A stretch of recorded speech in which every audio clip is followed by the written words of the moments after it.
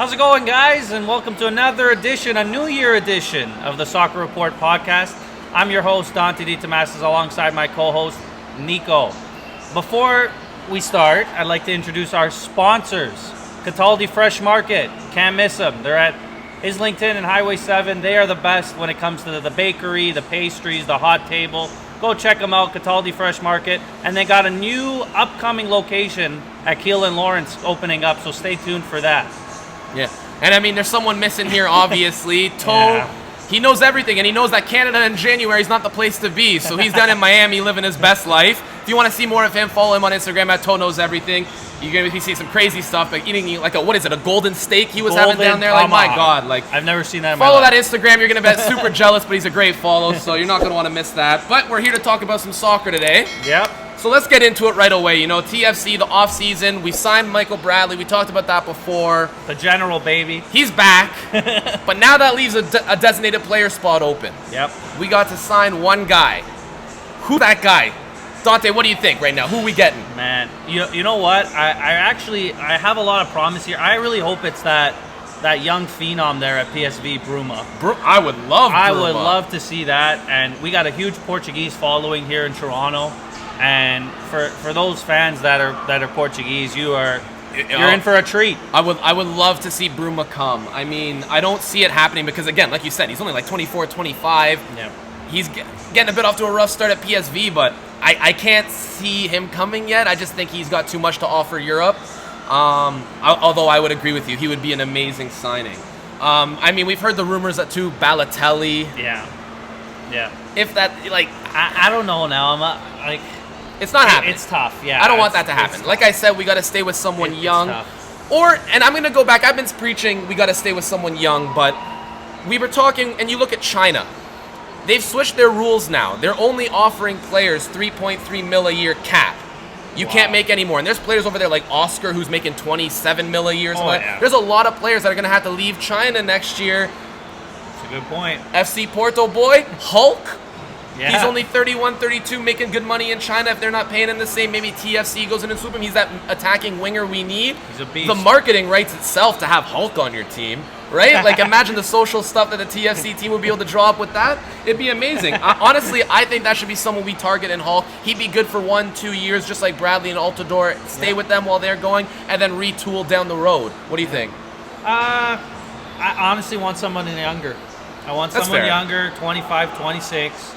And, I want Ali Curtis to take his time with this one because this could dictate our future for a few seasons.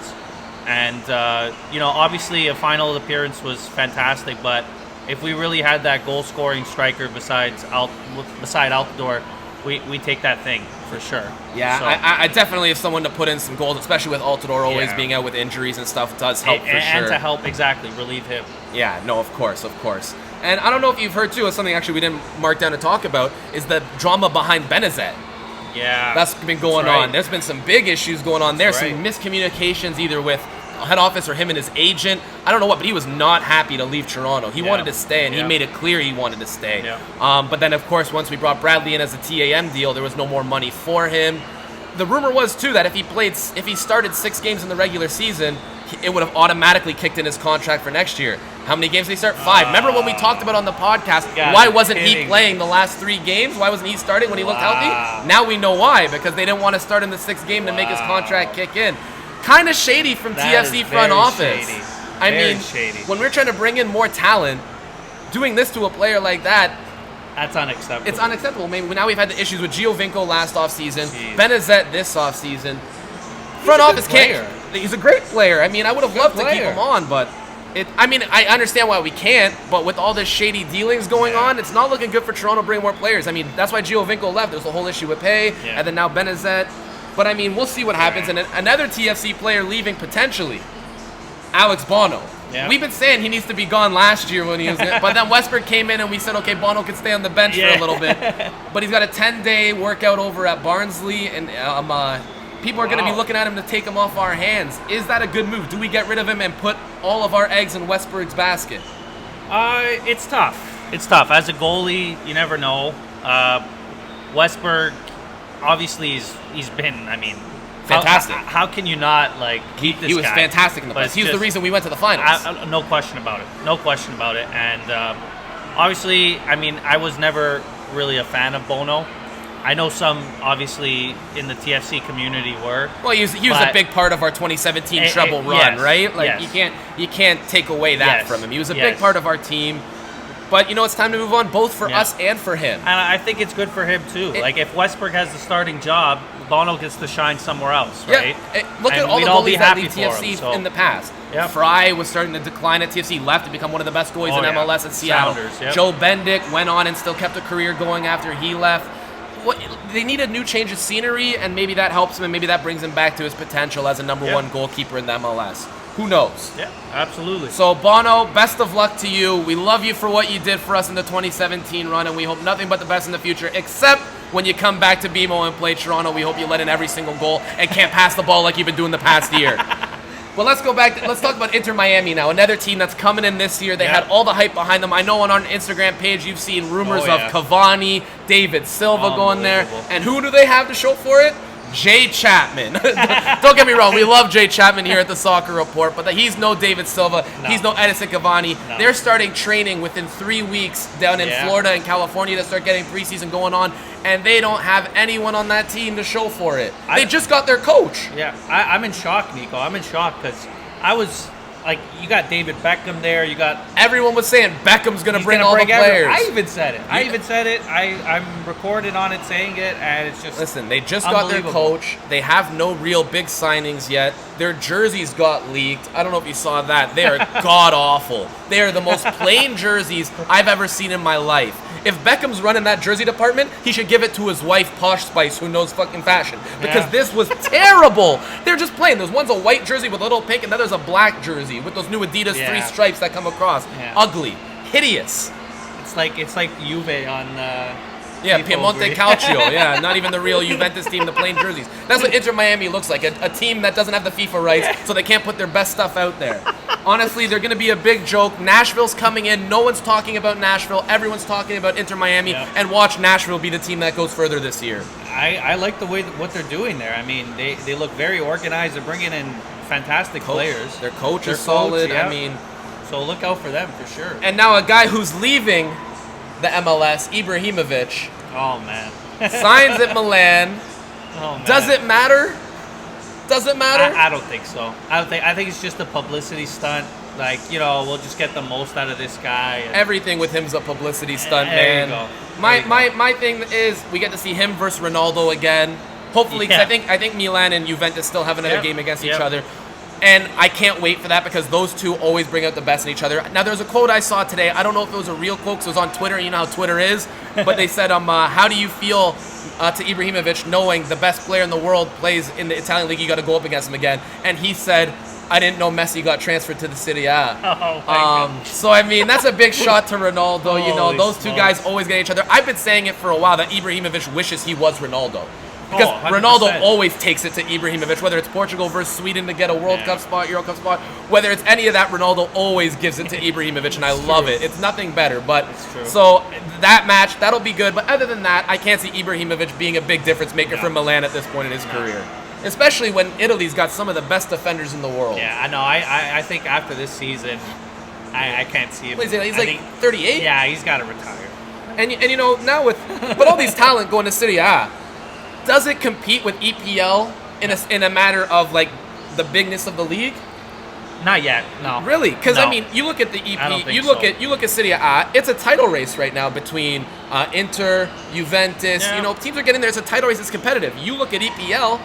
Liverpool's pretty much won the title before even the past New Year's. True. Liverpool's won the title. They haven't lost a game yet. The point differential's crazy.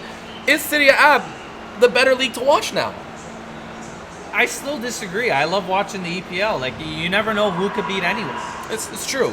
We've seen, even last weekend, Brighton tied Chelsea, or a Spurs losing, or Wolves. Arsenal beating Manchester United. The list goes on and on. Well, why are we talking about two bottom barrel teams like Arsenal and Man U? Let's talk about the good teams. Man City, Liverpool. I just like the fact that it's so unpredictable, the EPL, and it's such a joy to watch.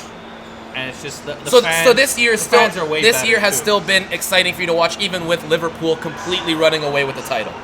Yeah. Well, look at Leicester's run, right? That was exciting, but that was a few years ago. Now I'm talking this year. Yeah, this year. Well, Leicester's Leicester's okay. Yeah, they're doing very good. But I mean, has it been the most exciting? I don't know. What's your take on this Liverpool team? Are they legit? They haven't lost a game. They are insanely legit. Are they your favorites to win Champions League? 100%. Like with Jurgen Klopp there and the same core that it's in their system, guys. I've never seen such an attacking prowess that you just easily just flow through the defense like it's absolutely nothing. And then you got the best center back in the world in Virgil van Dijk. So you can't score on them, and they'll score 100 goals on you. This is a recipe for domination.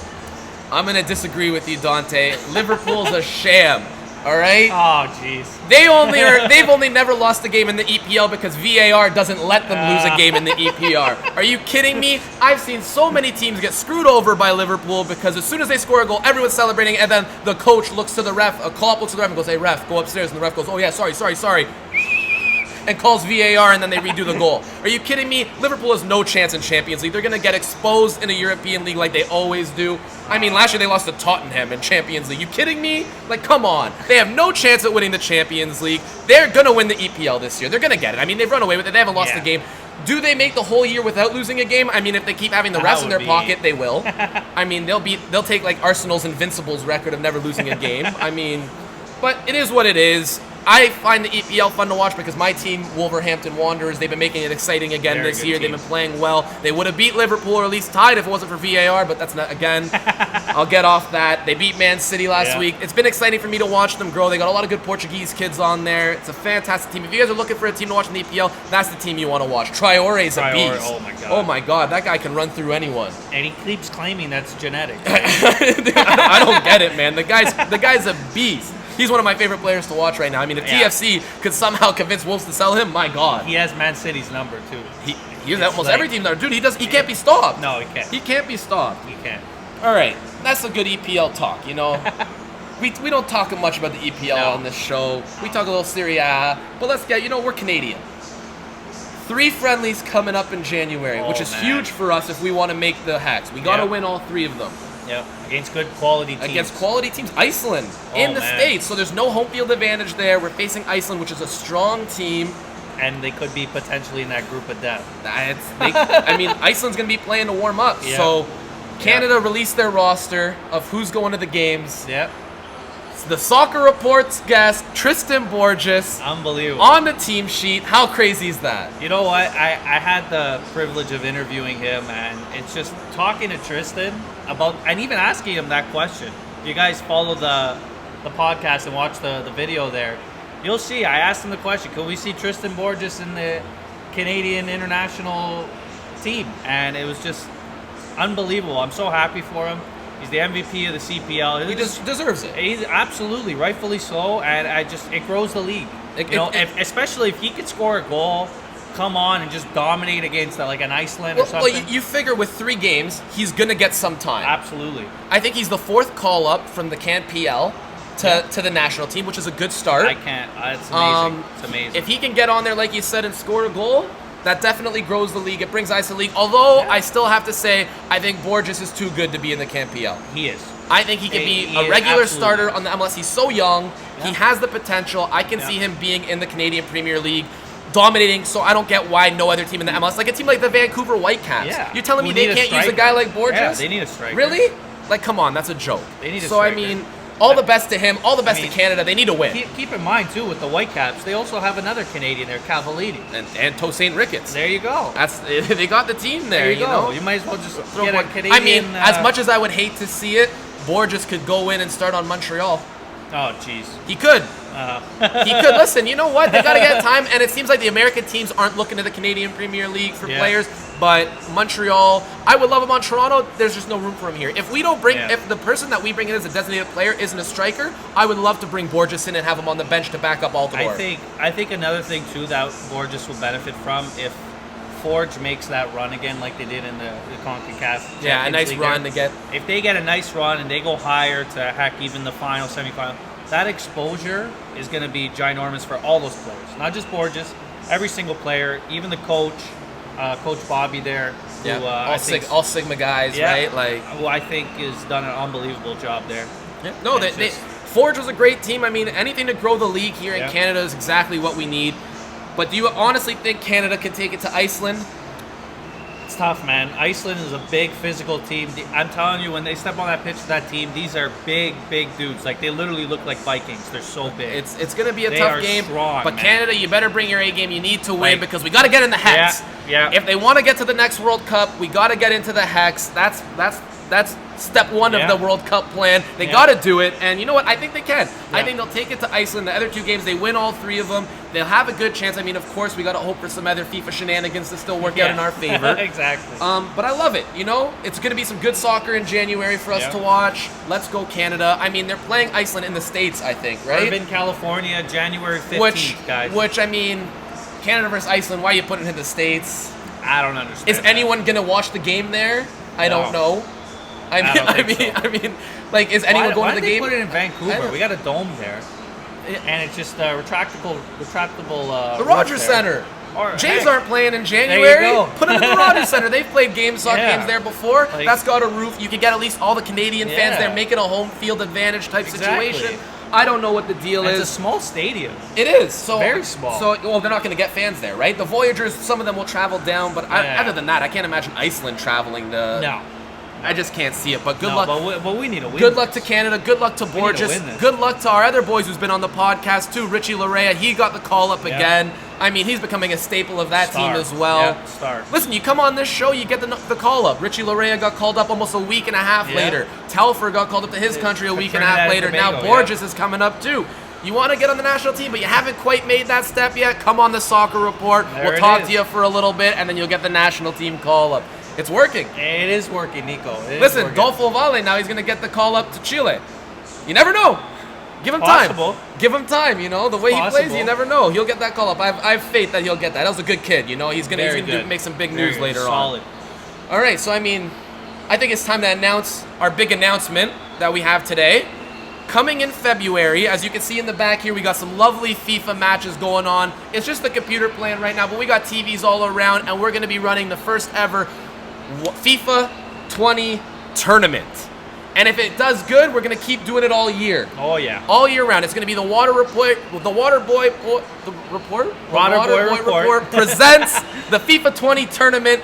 And if you want to win, you're going to have to get through me because I'm going to be in that tournament as well. I'm the king of FIFA. I'm not losing. Last time we had a tournament here, I did lose in the finals, mind you. Oh. But I was, I was injured. You know, my thumbs got a little carpal tunnel. I've rehabbed. I'm good to go. I'm winning the tournament this year. But look for the news in February. Stick to our Instagram page, the Soccer Report. We'll have more news there. The Water Boy Report. Follow them. They'll have tons of news as well. Yep. And we're going to have the big tournament here. It's going to be a $50 buy-in.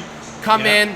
Play some FIFA, win some prizes. I mean, there'll be prizes for first place, second place, and hey, even maybe a random prize for someone who just shows up. Hey, you never know. Have a good time too, guys. Have a good time. Talk to us if you want to talk about soccer as well. Let Dante know to join the tournament because he'll be an easy victory. I just played him. I killed him 5-2. It wasn't even close. He beat me, I got to admit it. Before the show, he beat me. But it's a great time, and we'll be doing a live podcast as well the day of the FIFA tourney. You're not going to want to miss it. It's going to be a great time. We're going to have some food, some snacks. It's going to be a lot of fun. Maybe we can get our friends at Cataldi to hook us up with some catering for the tournament. You know, we never know. We'll have to talk to them. But stay tuned to our socials. You'll get all the news there. We also now have a Twitter account. At Soccer Report Pod because the was taken.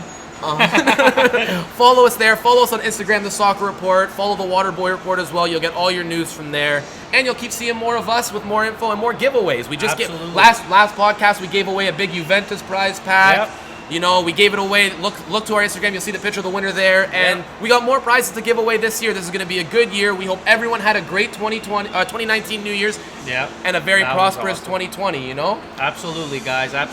Big things coming. Absolutely. Big things coming. And I'm so excited for this year. We got a lot in store for you guys. A lot of special guests that we're going to go out and get for you guys.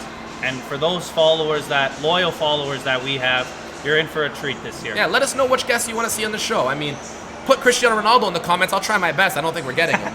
But no, we do have some good guests coming this year. Thanks again to Cataldi Fresh Market for sponsoring the show, being loyal sponsors of us. They're the best. They got some great desserts. Go down, check them out. Oh, yeah. And, just keep it locked on the Soccer Report. We're coming with great content this year. On behalf of myself and Dante Ditamassis, have a great new year.